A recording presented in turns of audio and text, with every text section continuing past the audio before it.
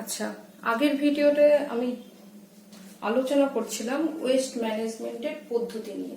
ওখানে আমি দুটো পদ্ধতি অলরেডি বলেছি। সেই দুটো পদ্ধতি ছিল, একটা সেপারেশন অর্থাৎ বর্জ্য পৃথকীকরণ, আরেকটা বলেছিলাম স্যানিটারি ল্যান্ডফিল বা ভরাটকরণ। আজকে যে পদ্ধতিটার কথা বলবো সেই পদ্ধতিটা হচ্ছে কম্পোস্টিং। কম্পোস্টিং কি? কম্পোস্টিং হচ্ছে natural decay of organic material by providing ideal conditions for detritus, end product manure। মানে কি? ন্যাচারাল ডিকে অর্থাৎ প্রাকৃতিক উপায়ে এটা পচন হবে। ন্যাচারাল ডিকে, ন্যাচারাল ডিকে মানে হচ্ছে প্রাকৃতিক উপায়ে পচন হবে। কার পচন হবে? Organic material. অর্গানিক মেটেরিয়াল মানে জৈব পদার্থের পচন হবে। আমরা জানি জৈব পদার্থ কি?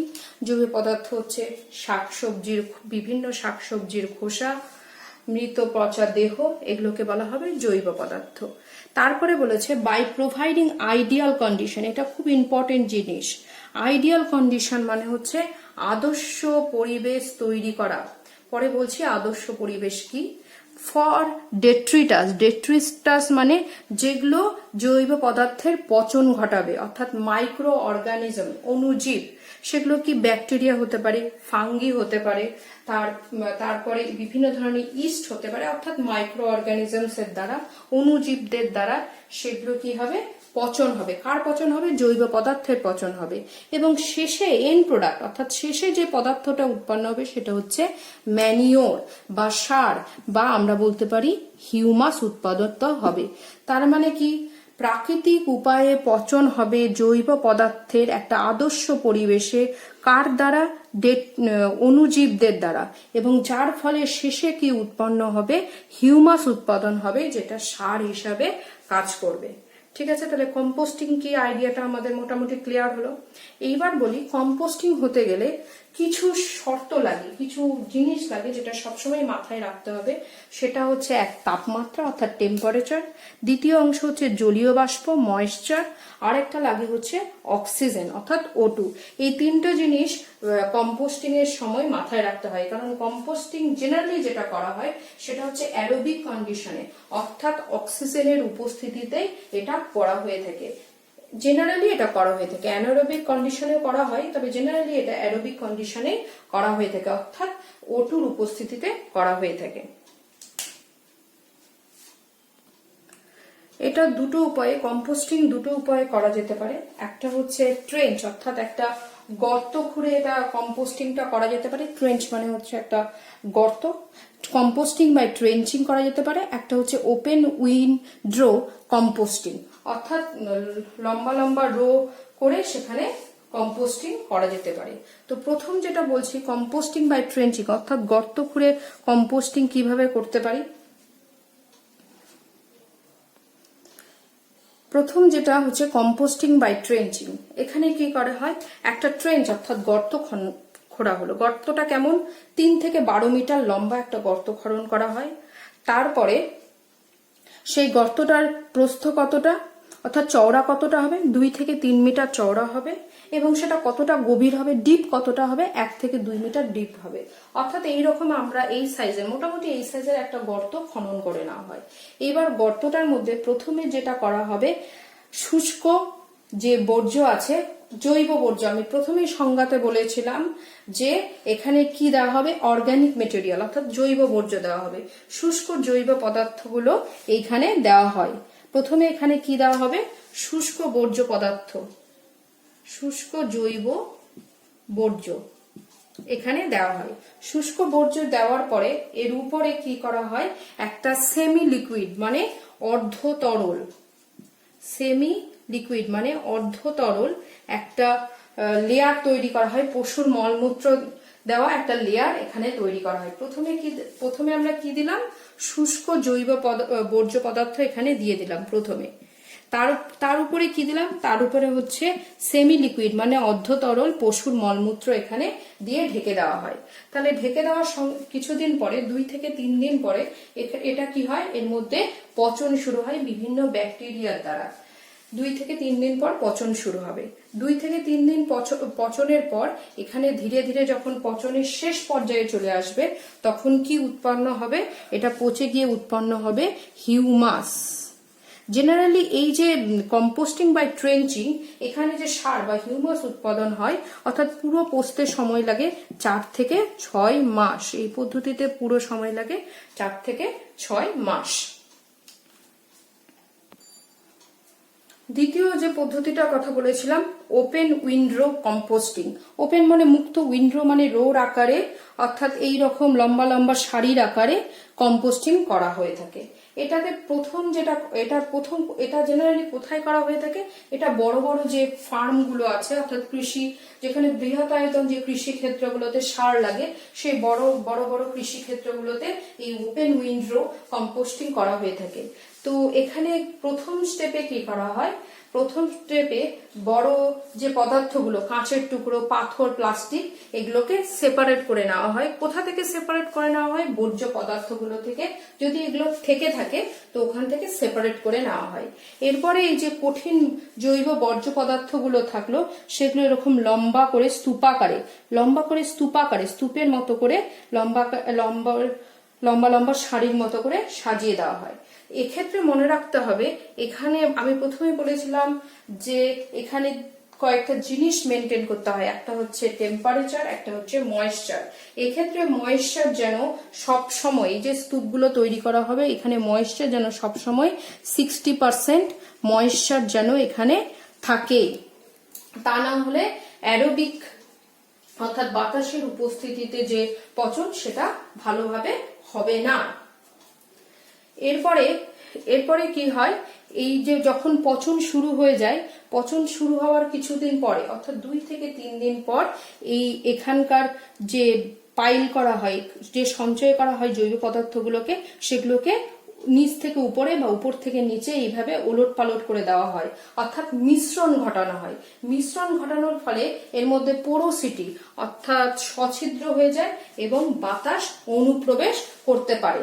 তা না হলে কি হবে, নিচের দিকে যখন পচনটা হবে তাহলে নিচের দিকে টেম্পারেচারটা বেশি হয়ে যাবে, আর উপরের দিকে যেহেতু মুক্ত বাতাসে আছে তাই ওর টেম্পারেচারটা কম হবে।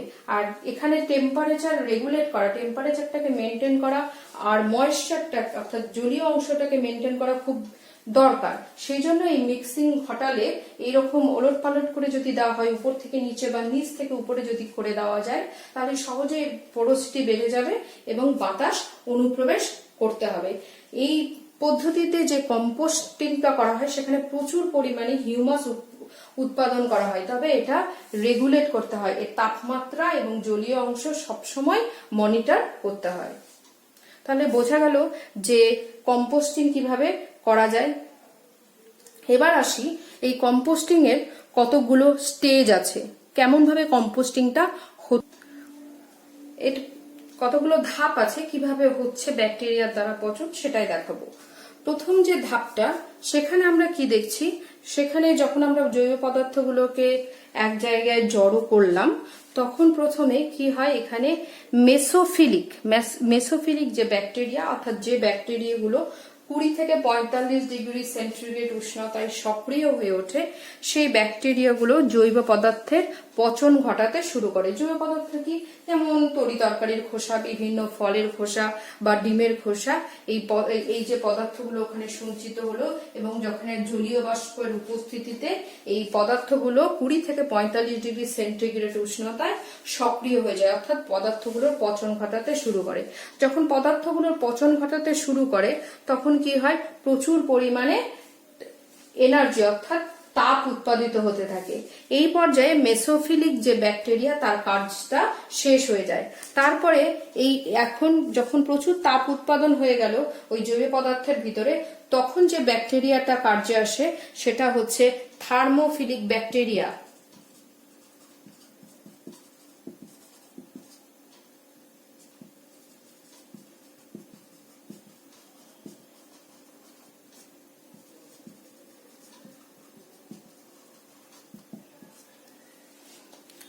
আচ্ছা, এখানে যখন প্রচুর তাপ উৎপন্ন হয়ে যায় তখন মেসোফিলিক ব্যাকটেরিয়ার পরিবর্তে সেখানে কাজ শুরু হয়ে যায় থার্মোফিলিক ব্যাকটেরিয়া। কেননা যখন বেশি তাপ হয়ে গেল তখন থার্মোফিলিক ব্যাকটেরিয়াগুলো কত ডিগ্রি সেন্টিগ্রেড উষ্ণতায় কার্যকারী হয়? থার্মোফিলিক ব্যাকটেরিয়া জেনারেলি 40 ডিগ্রির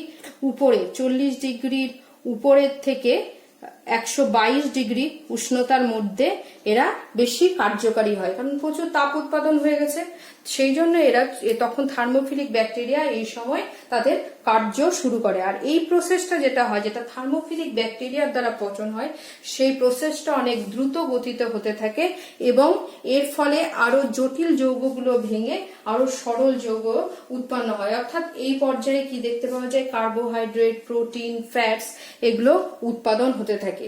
তবে মনে রাখতে হবে, যেহেতু এটা অ্যারোবিক কন্ডিশনে অর্থাৎ অক্সিজেনের উপস্থিতিতে হতে থাকবে, সেই জন্য এই পদার্থগুলোকে কন্টিনিউয়াসলি উপর থেকে নিচে এবং নিচ থেকে উপরে অর্থাৎ টার্ন ওভার করতে হবে। উপর থেকে নিচে, নিচ থেকে উপরে এইভাবে সংমিশ্রণ ঘটাতে হবে। এই ব্যাকটেরিয়ার দ্বারাই কি হয়? পদার্থগুলো ধীরে ধীরে পচন হতে শুরু করে এবং শেষ পর্যন্ত পদার্থগুলো পচে গিয়ে কি উৎপন্ন করে? পচে গিয়ে উৎপন্ন করে হচ্ছে হিউমাস বা সার উৎপাদন করতে থাকে। এবার দেখবো এই যে কম্পোস্টিং পদ্ধতি হলো, তাহলে কম্পোস্টিং পদ্ধতির কিছু ভালো দিক আছে। সেই ভালো দিকগুলো কি? এখানে প্রচুর পরিমাণে সার উৎপন্ন হলো। দ্বিতীয়ত, জৈব সার যখন উৎপন্ন হলো, প্রচুর পরিমাণে যখন জৈব সার উৎপন্ন হলো, তাহলে জৈব সার উৎপন্ন হওয়ার জন্য আমাকে বাইরে থেকে সার কিনতে হচ্ছে না। তাহলে আমার কি হলো? কস্ট কমলো। তা না হলে আমাকে বাইরে থেকে সার কিনতে হতো, রাসায়নিক সার, কিন্তু এখানে আমি সহজে জৈব সার উৎপাদন করতে পারছি, তার জন্য কস্ট কমলো। 3 নাম্বার কি? এটা গ্রিন হাউস গ্যাসগুলোকে কমাতে সাহায্য করে।